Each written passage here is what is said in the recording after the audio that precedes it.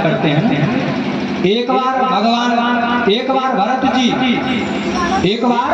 भरत जी गंडकी नदी में सूर्य अर्घ्य देते रहते, भगवान को अर्घ्य देते रहते, स्नान कर रहे थे। उसी समय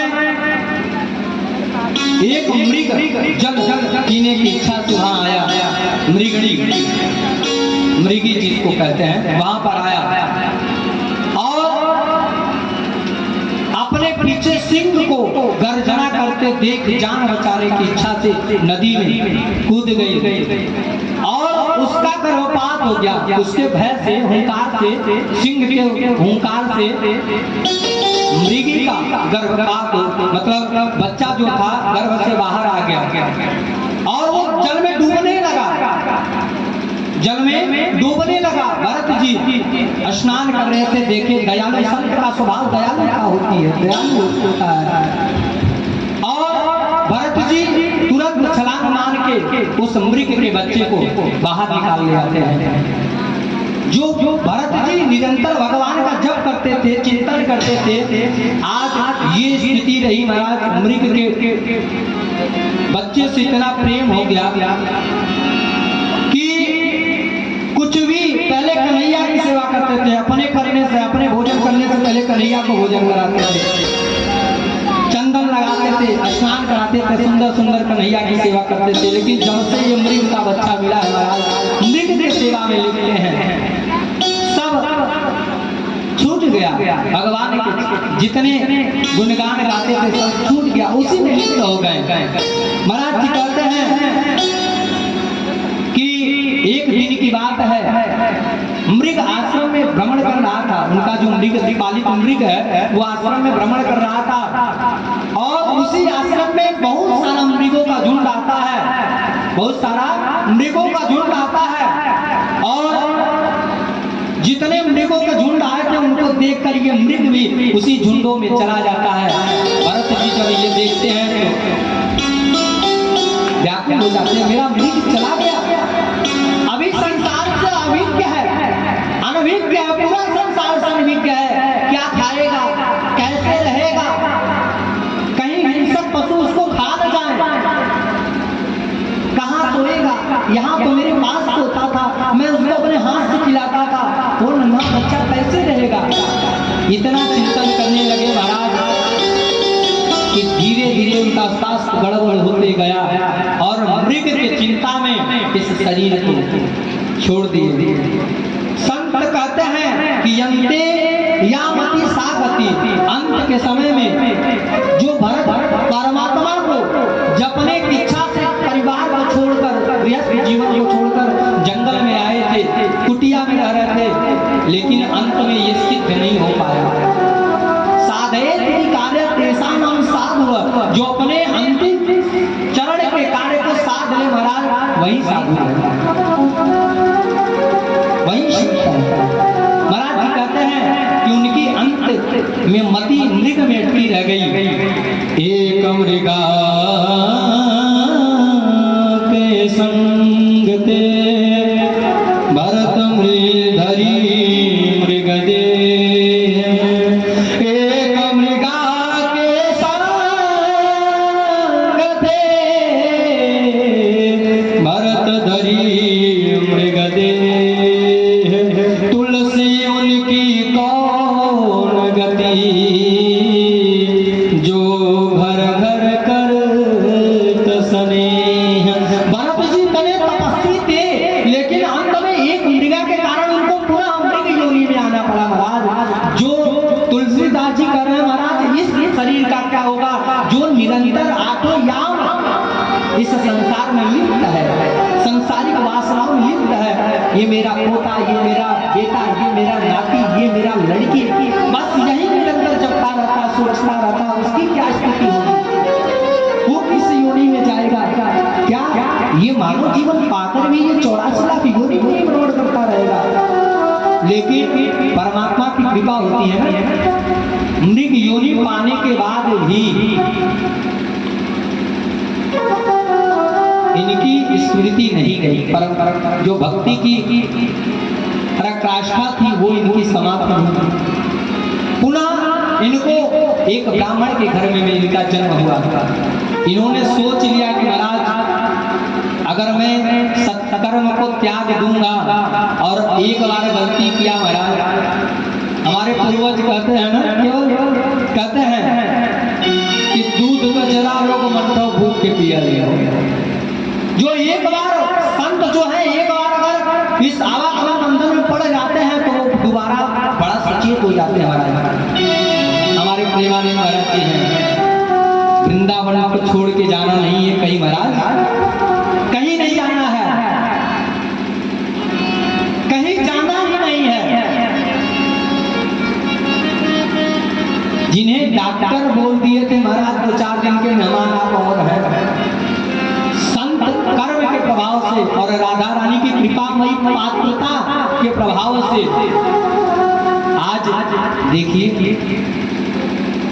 किसको किसको किस संत का मैं नाम लूं, सूरदास, तुलसीदास, कबीरदास, मीरा, जितने संत, जितने जिन्होंने परमात्मा रूपी डंडे का सहारा लिया, बुढ़ापे अवस्था में डंडे का सहारा चाहिए, लेकिन वो डंडा परमात्मा रूपी होना चाहिए, भक्ति रूपी डंडा होना चाहिए महाराज।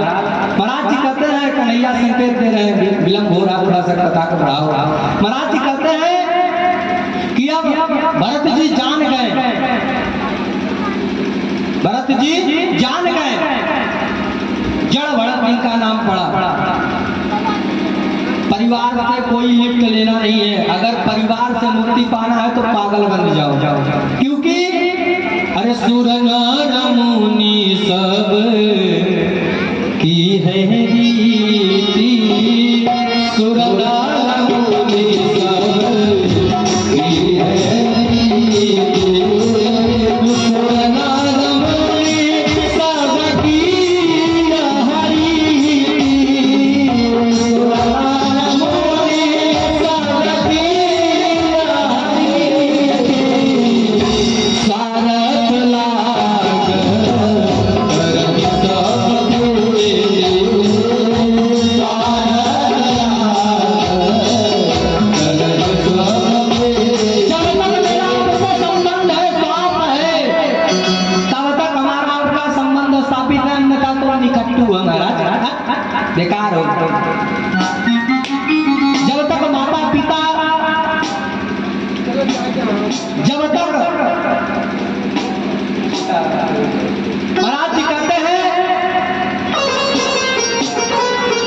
कि स्वार्थ, अब भरत जी समझ गए कि ये जीव, जितने संसारी जीव हैं सब स्वार्थी हैं, मुझे पागल बन जाना चाहिए, पागल बन गए महाराज। पिताजी भेजे, जाओ काम कर रहा हूं तो उल्टा करते हैं, पागल हो पूरा, काम बनाने गए थे कि बिगाड़ने।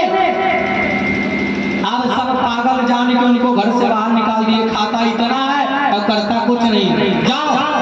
अब भरत जी प्रसन्न हो गए, महाराज यही तो मन की इच्छा थी, जो रघुनाथ जी ने किया, जो रघुनाथ जी ने किया, और वो जंगल में जाकर भगवान को भजने लगते हैं। एक बार महाराज जी कहते हैं कि एक बार डकैतों के सरकार को जरूरत पड़ी बलि की, और डकैतों के जो सरकार थे वो डकैतों को आदेश दे देते हैं कि जाओ किसी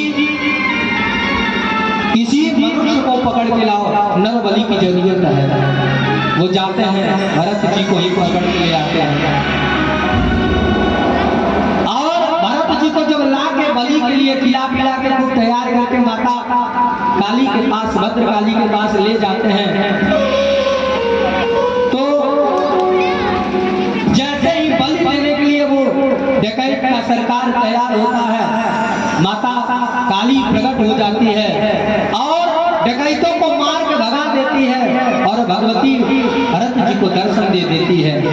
महाराज जी कहते हैं एक बार की बात है कि सिद्धू सौवीर नाम का राजा रघुगण कथा सुनने के लिए पालने में जा रहा था, यात्रा कर रहा था, और एक उसका जो कुम्हार था, कुम्हार जो कालिके को धोता है, वो बीमार हो गया, स्वस्थ हो गया। वो लोग परेशान कि राजा कथा में पहुंच नहीं पाएंगे, कैसे कथा सुनेंगे। तो उनको भरत जी, जड़ भरत जी दिखे, वो बुला लेते हैं निवेदन करके। भरत जी आ जाते हैं, राजा की पालकी को अपने कंधे पर बिठा लेते हैं। लेकिन वो नीचे देखकर, भूमि पर देखकर चले कि कहीं छोटे छोटे जीवों का, अनमोलता जीवों का मेरे द्वारा हत्या न हो जाए। चींटी दिखे तो चींटी करके उछल के आगे जाए।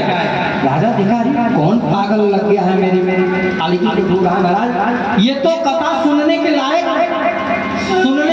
मुझे छोड़ेगा ही नहीं, इतना तेज से उछल रहा है, मेरा सर टूट जा रहा है। महाराज कहते हैं कि तुम लोग चलना अभी तक नहीं सीखे हो। सब जितने कुमार थे वो बोले महाराज क्षमा करिए, हम नहीं, ये जो अभी अभी नया लगा है ये बड़ा विचित्र स्वभाव का है, बड़ा गड़बड़ व्यवहार कर रहा है। महाराज तब राजा नीचे देखे हैं वैसे ही बोलते हो, अरे बाप आपने कितना दुर्बल व्यक्ति को लगा लिया है, कितने दिन से खाया पिया नहीं, देखो कितना दुर्बल है। व्यंग कसते हैं भरत जी के ऊपर रघुगण। महाराज जी कहते हैं कि जड़ भरत जब व्यंग कसते हैं तो, जब रघुगण जड़ भरत के ऊपर व्यंग कसते हैं तो भरत जी को लगता है कि पहले तो संत किसी का भार लेते नहीं है ना, और जब ले लेते हैं तो वो व्यक्ति डूब जाए, इसमें संत की मर्यादा का हनन होता है। भरत जी समझ गए कि मैंने इस राजा का भार अपने कंधे पर उठाया है, अगर ये भक्ति मार्ग से विचलित हो जाएगा महाराज तब बेकार है, सब व्यर्थ है। तुरंत रघुगण को भरत जी कहते हैं राजन तुम किसको मोटा पतला कह रहे हो, इस शरीर को या आत्मा को? अगर इस शरीर को कह रहे हो तो शरीर से कोई संबंध है नहीं, नश्वर है और आत्मा न मोटा होता है न पतला होता है, न उसको तुम मार सकते हो न उसको तुम जला सकते हो, काट सकते हो, कोई क्रिया उसके साथ नहीं कर सकते हो। जितने संबंध जितने व्यवहार जो भी है इस शरीर से है, इस आत्मा से कोई व्यवहार नहीं। जिस प्रकार हम नए कपड़े को, पुराने कपड़े को बदल कर नए कपड़े धारण करते हैं, उसी प्रकार ये शरीर भी, इस शरीर को छोड़, ये आत्मा भी इस शरीर को छोड़कर दूसरे शरीर में प्रवेश करती है। लेकिन कौन आत्मा जो आपके जैसा कथा सुनता है लेकिन आत्मबोध नहीं कर पाता? हमारा सब आत्मा शरीर नहीं बदलता है। जिसको आत्मबोध हो जाएगा इस शरीर का, वास्तविक आत्मा का वास्तविक बोध हो जाएगा, आत्मा और परमात्मा के संबंध के बारे में पता चल जाएगा, वो परमात्मा के एक सत्ता पर विद्यमान होगा, उसको पुनः शरीर बदलने की जरूरत नहीं। शरीर वो आत्मा बदलता है जो संतों के सानिध्य में रहता है, परंतु आत्मबोध नहीं कर पाता है, वो आत्मा शरीर बदलता है। महाराज जी कहते हैं कि इधर जब इतना आत्मज्ञान बात को रघुगण सुनता है तो नीचे झांक के देखता है, महाराज जी के कंधे पर मोटा जनेऊ दिखता है, हाथ तुरंत उतर के पालकी में से प्रणाम कर लेता। महाराज आज मुझको पता चल गया आप कोई बड़े सिद्ध महात्मा है, पुरुष है। तब राजा रघुगण को भरत जी आत्मज्ञान देते हैं। तयोदितं व्यक्तं प्रबलधं गतो समय स्यात् वीरभारः जायेदस्ति विप्रः। राजा ने एक प्रश्न किया कि प्रभु मुझे एक चीज बताइए, मुझे एक चीज बताइए कि दुख सुख जो नाना प्रकार के हैं क्या उसका शरीर से संबंध है, आत्मा से कोई संबंध नहीं है? अगर आत्मा से संबंध नहीं है तो शरीर को कष्ट होने पर आत्मा रोता क्यों है, आत्मा रोता क्यों है? तब भरत जी कहे रघुगण तुम मूर्ख होकर ज्ञानियों जैसे प्यार करते हो, इसका मतलब ये है कि तुम्हारी मित्रता संतों से हुई है, तुम्हारी मित्रता संतों से हुई है।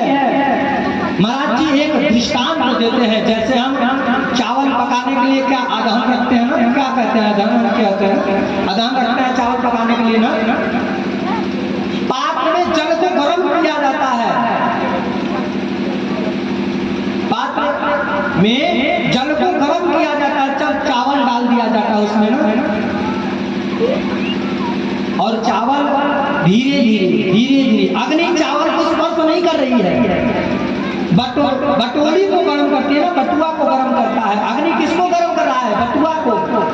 लेकिन ये धीरे धीरे जल के माध्यम से क्या चावल भी गर्म हो जाता है ना। उसी प्रकार ये शरीर है, दुख और सुख में सीताराम, दुख और सुख में नाना प्रकार से सुखी तो होता है, जैसे गर्म होता है। अगर सुख आता है तो ये प्रसन्न हो जाता है, दुख आता है तो क्या हो जाता है? दुखी हो जाता है, पकता है उसी प्रकार। लेकिन अगर पकने के बाद उसमें जल खोजो तो जल मिलेगा? चावल में जल मिलेगा? नहीं मिलेगा। उसी प्रकार ये जीव है, धीरे धीरे संतों के सानिध्य में रहकर खूब पकता है महाराज। और जब ये पक के पूर्णतः शुद्ध स्वरूप को पहचान जाता है, तब इसमें संसारिक सुखों का प्रवेश वर्जित हो जाता है, प्रवेश नहीं हो जाता है। महाराज जी कहते हैं कि अब इधर आप लोग अजामिल व्याख्यान को सुनेंगे। नरक यात्रा इतना भयंकर है, परीक्षित घबरा जाते हैं। परीक्षित कहते हैं कि महाराज मुझे बताओ, मैंने सुना है कि ये जीव जैसा कर्म करता उसको उस प्रकार के नरक में जाना पड़ता है। अगर हम दूसरे जीवों की हत्या करके उसका मांस खाते हैं तो हमको रौरव नामक नरक में जाना पड़ता है। हर स्त्री गमन, अपने भाइयों का संपत्ति हरण करना, ये सब नरकों की अलग अलग श्रेणी है महाराज। जो जैसा कर्म करता है उसको उस प्रकार के नरक में जाना पड़ता है। परीक्षित घबरा जाते हैं। जीवन में अनेक प्रकार के पाप करके ये जीव उसी पाप कर्मों को नरक में क्या करता है? धोता रहता है। महाराज जी कहे, परीक्षित कहे कि महाराज नरक में धोता रहता है, इसका मतलब कहे हाँ, जिस प्रकार मैं उसमें सुंदर कपड़ा पहनता हूँ ना, इसमें अगर दाग लग गए तो हमको उसको धोने के लिए क्या डिटर्जेंट का प्रयोग करना पड़ता है। उसी प्रकार हमने इस जीवन में दाग लगा बैठा है, जिसे नरक योनि में जाकर इसको धोते हैं। महाराज जी कहते हैं कि आपको सुखदेव जी कहते हैं, परीक्षित जैसे भुवन भास्कर भगवान सूर्य के उदय होने से संपूर्ण त्रिभुवन का अंधकार नष्ट हो जाता है, उसी प्रकार भगवान का मंगलाचरण करने से, भगवान का नाम जपने से जीव के